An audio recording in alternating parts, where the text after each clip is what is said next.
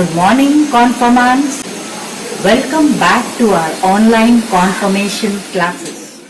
Dear children, the revelation of the Most Holy Trinity, Father, Son, and Holy Spirit embraces all of us in the family of God, the Church.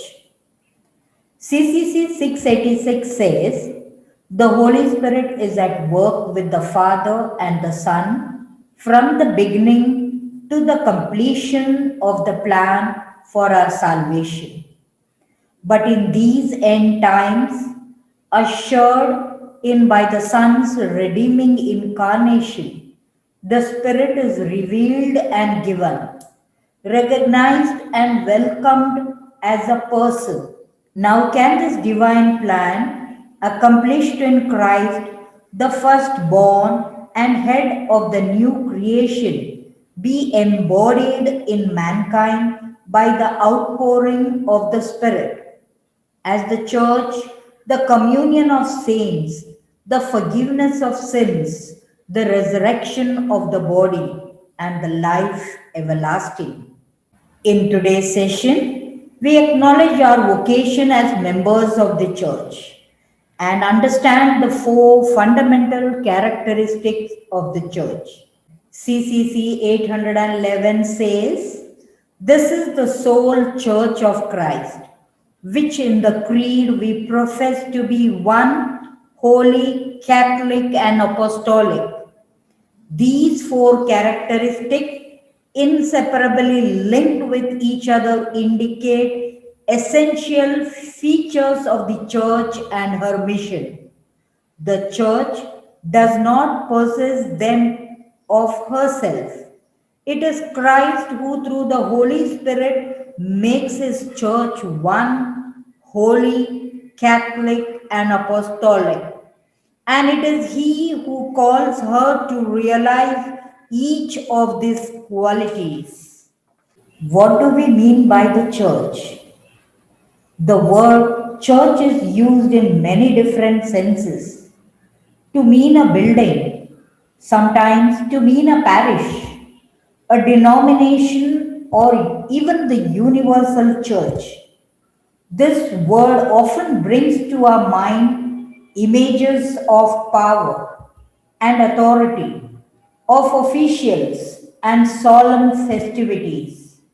And yet, Christians are convinced that very little is understood about the church if she is considered merely as a human institution.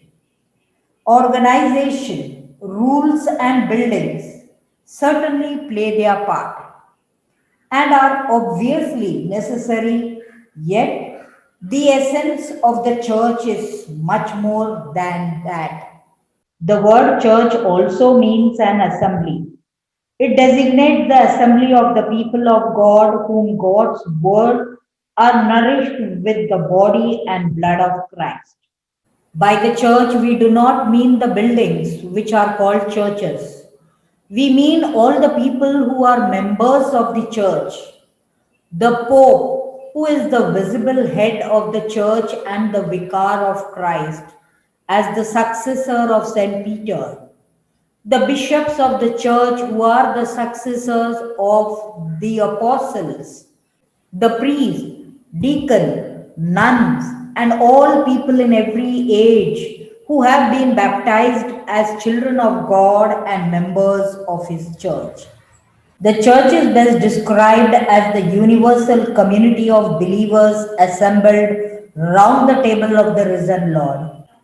CCC 752 says, in Christian usage, the word church designates not only the liturgical assembly, but also the local community or the whole universal community of believers. These three meanings are inseparable. The church is the people that God gathers in the whole world. She exists in local communities and is made real as a liturgical, above all, a Eucharistic assembly. She draws her life from the Word and the body of Christ, and so herself becomes Christ's body. As seen in the previous class, the church was born when the risen Lord sent the Holy Spirit on the disciples gathered together in the upper room. The Holy Spirit encouraged them to proclaim the death and resurrection of Jesus. Those who believed in this proclamation and joined the believing disciples formed the first church ever assembled. Hence, the church that we belong to is not firstly my parish church building, but rather the community of faithful in our neighborhood, that is, the families in our church, or in our building, or on our floor. Only when we understand that this community is our church, then we will be able to grasp how this community forms part of the community of our parish. The four fundamental characteristics of the church. That is, the church is one, holy, Catholic, and apostolic. The implications of defining the church as the people of God gathered around the Lord's Eucharistic table are clearly spelled out in the four marks, that is, the signs of the church mentioned in the Nicene Creed. Why is the church one? The church is one because all her members believe in one faith, are born of one baptism, form only one body, have the same worship, and are all united in Christ and under the leadership of the Pope, the successor of Saint Peter the Apostle. The church is one because of a source, the highest exemplar and source of this mystery is the unity in the Trinity of persons of one God, the Father and the Son in the Holy Spirit. And that is why, from the very beginning, Christians began to pattern their community fellowship on this Trinitarian love. As the Catechism of the Catholic Church explains, what are these bonds of unity? Above all, charity binds everything together in perfect harmony. But the unity of the pilgrim church is only assured by visible bonds of communion, profession of one faith received from the apostles, common celebration of divine worship, especially of the sacraments, apostolic succession through the sacrament of holy orders, maintaining the fraternal concord of God's family. Since the church is a gathering of the people whom God has called together through his Son and empowered by the Holy Spirit, there can be only one church. We may belong to a small neighborhood community of believers, but we are also a part of the bigger communion of believers formed by the gathering of these smaller communities. In the same way, we are all one with the community of believers under the leadership of the Pope. However, in the course of history, through human frailty, there have been repeatedly been divisions in the church. Yet, trusting in the working of the Holy Spirit, Christians hope that the church will be moved and led towards unity. Why is the church holy? The church is holy because the most holy God is her author. Christ, her bridegroom, is the cornerstone. The Holy Spirit gives her life. She offers to all the means of holiness and is distinguished by the holiness of so many of her children in every age.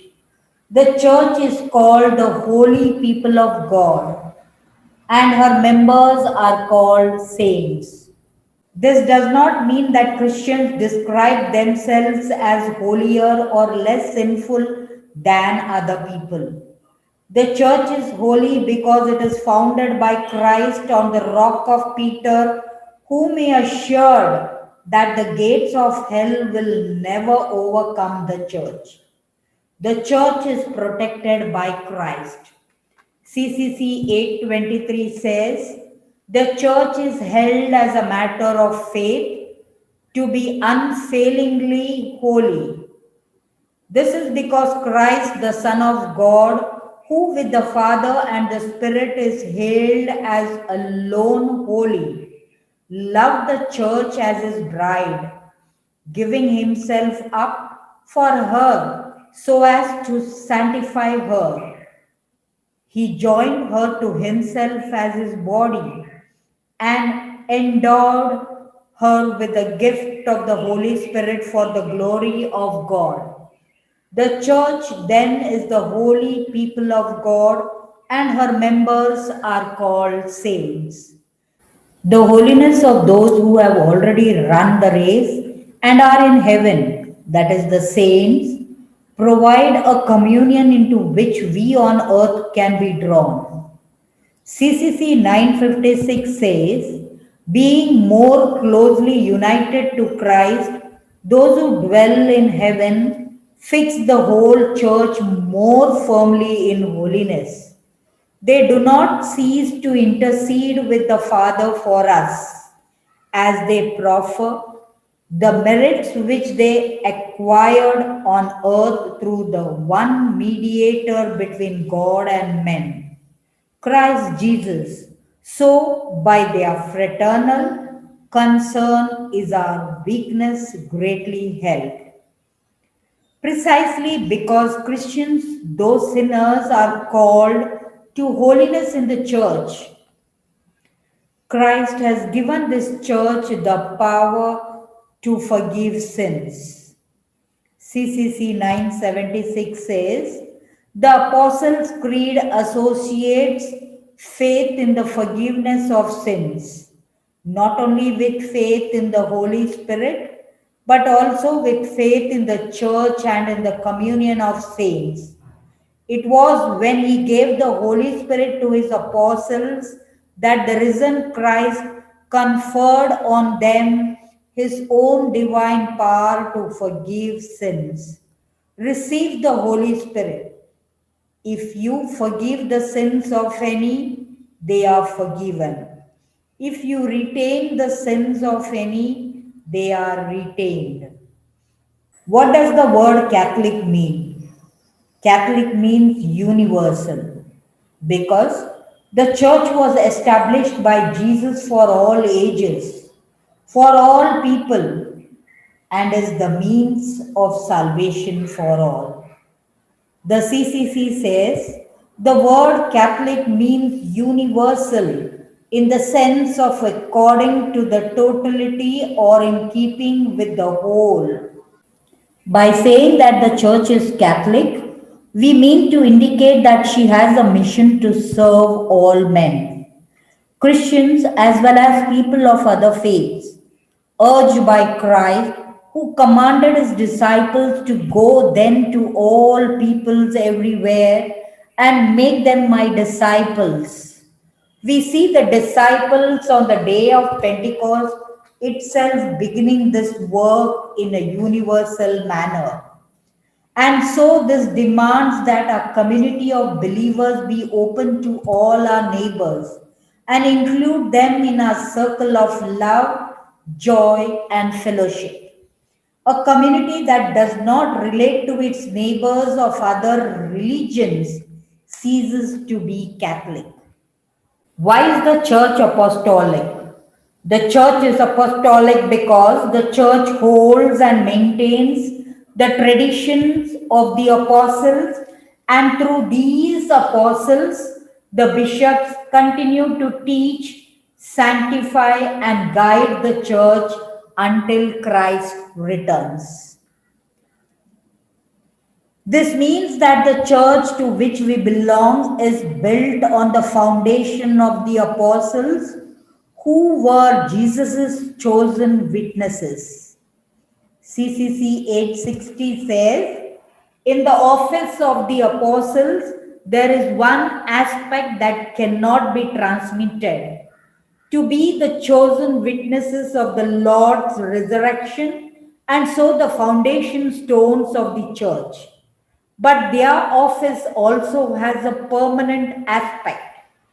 Christ promised to remain with them always.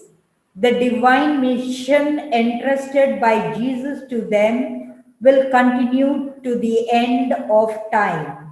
Since the gospel they handed on us is the lasting source of all life for the church. Therefore, the apostles took care to appoint successors. Now we know the four marks of the church. Ask yourself, how much does your parish show the existence of these four marks of the church? Have you contributed in any way to build up these four essential elements of the church or community to which you belong? Children, now let's reflect on the life and times of Saint Gonzalo Garcia, a young boy who lived in Vasai about 200 years ago. The coastal land of Vasai, situated to the north of Mumbai in India, attracted the Portuguese colonizers way back in the 16th century. Having entered into a treaty with Bahadur Shah, they built a fort and settled there. Around 1557 AD, this land gave birth to Gonzalo Garcia, the only canonized saint of India. His mother was a second generation convert from the region. Some scholars think he may have had a Portuguese father. Others consider him to be purely native. He was brought up in a mixture of Portuguese and native culture. The children of that time were taught to know, love, and live the Christian faith at home. Gonzalo may have also prayed in the Holy Name Church in the fort. All this was going to influence Gonzalo's future plans. Gonzalo was educated by the Jesuits at Vasai Fort. When school finished, the children would go back home singing their catechism lesson in the streets. Gonzalo was given not only academic education and initiated into music, but also given a firm foundation in the faith which would grow in spite of the persecution. It was a Jesuit priest, Father Sebastian, who was to make a deep impact on Gonzalo. He probably impressed upon Gonzalo the stories about the Japanese mission, which was begun by St. Francis Xavier. There was a great need of people to work in this mission. So the Jesuits accepted even lay persons as catechists. At the young age of 15 or 16, Gonzalo also volunteered to go to Japan as a catechist. Around 1572 AD, Father Sebastian led a delegation of people in a ship headed for Japan. The youngest member was Gonzalo, willing to leave his homeland and embark on a difficult journey. The voyage to Japan lasted at that time about 70 days. Gonzalo devoted this time to studying the Japanese language and customs. He surprised even the natives with his fluency in Japanese. Gonzalo's zeal and his fluent Japanese made him a very successful preacher of the gospel on Father Sebastian's team for over 8 years. He was able to convince even Japanese religious scholars. He also served as interpreter. During this time, Gonzalo repeatedly asked to be admitted into the Jesuit order. We do not know why, but his request was not granted. So, for some time, he did not think about his vocation and became a merchant. But while on a business trip to Manila, he felt again the call to become a religious. In the Philippines, he was admitted as a novice with the Franciscans and made his solemn profession as a lay brother on 8th July 1588. In the monastery, he worked in the kitchen and dining room and looked after the supplies. He encountered many Japanese in Manila with whom he could talk because he knew Japanese. He would visit the sick and help the poor among them. Gonzalo returned to Japan with his superior, Father Pedro Baptista, an official interpreter in the missionaries. Emperor Hideyoshi was so impressed by Gonzalo's speech that he permitted the Franciscans to open a house in Japan. Gonzalo became the contractor of the mission, busying himself with construction work for the Franciscans. He built churches, convents, and other Franciscan houses in peaceful locations. The suffering of the local people, especially the poor and the sick, deeply stirred the heart of Gonzalo. He and the other Franciscans worked hard to alleviate the sufferings of the people, especially the lepers. He opened hospitals for them and used to carry the lepers to the hospital on his own shoulders. The work of the monks made a deep impression on all the people and instilled in them an interest in Christianity. However, the rising number of people and feudal lords adhering to Christianity and intensive Christian propaganda, as well as the destruction of temples by converts, earned for the Christians the displeasure of Emperor Hideyoshi. Church property was confiscated and the work of the missionaries was slowed down, but they could not be sent away because there was no ship leaving immediately. The emperor's anger subsided a little, but some of his ministers were rabidly anti Christian and resented the growth and influence of the missionaries. One day, when Hideyoshi was in a drunken stupor, one of his ministers poisoned his mind against the Christians.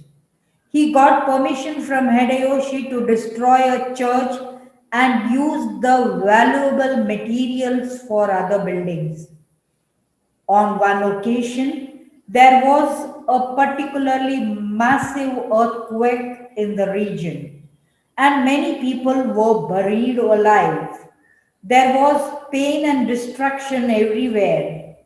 Emperor Hideyoshi, who had to flee from the region, was greatly shocked to see the devastation, the loss of wealth and fortune, and his kingdom desolate. It was noticed that the only group of people that did not suffer much during this calamity was the Christians.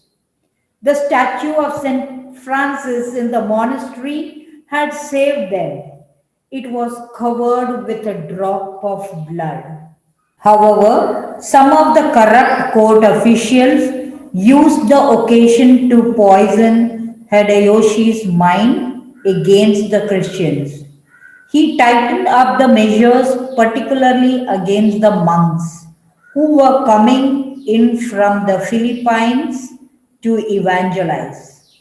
In June 1596, a Spanish ship, the San Philip, coming in from the Philippines, was caught in a storm and stranded in Tosa. The speech of the Spanish captain pilot was unfortunately interpreted to mean that the Spaniards had come to conquer Japan. When this news reached Hideyoshi, he was greatly angered. He succumbed to the pressure of one of his officials and decreed on 11th December 1596 that the missionaries and Christians should be executed. The soldiers rounded up 26 persons, 6 Franciscans, with Gonzalo among them, 3 Jesuits, and 17 lay persons. The soldiers asked 2 young recruits to run away, but they decided to stay on for the love of Jesus Christ. Before leaving, they celebrated the Eucharist together and filled themselves with courage to die for the sake of Jesus Christ. At the end of the Eucharist, the soldiers led them into prison. These condemned prisoners had to endure a way of the cross which lasted for a few weeks. They were dragged through towns and villages and submitted to ridicule, humiliation, and severe hardship. On 5th of February 1597, the group reached the hill of Nagasaki, praising God with their hearts. They were fastened to crosses. They even had spears thrust into them, and their blood gushed out onto the onlookers. Gonzalo and his companions died giving glory to God. This group of martyrs were beatified in 1627, and Pope Pius IX canonized them in 1862. The witness of these martyrs has not been forgotten. Today, on Nishisaka Hill, Nagasaki, there is a beautiful monument commemorating the martyrdom of Gonzalo Garcia and his companions. Now let us discover the 4 marks of the Catholic Church in the story of Saint Gonzalo Garcia. Let's pray through the intercession of Saint Gonzalo for our own parish and for ourselves, that by the time you are confirmed, you may be able to bear witness as the true Church of Jesus Christ.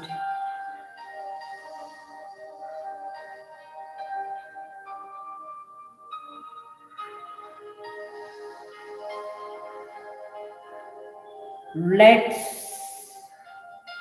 all sing the hymn together.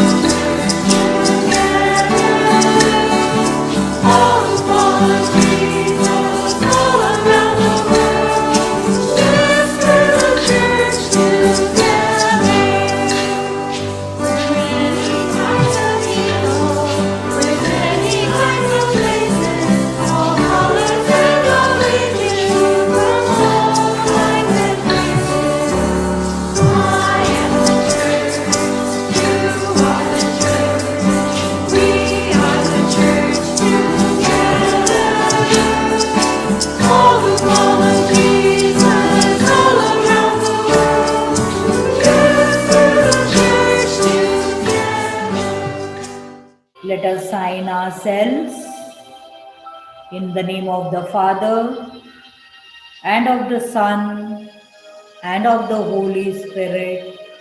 Amen. So, children, it's time for your activity.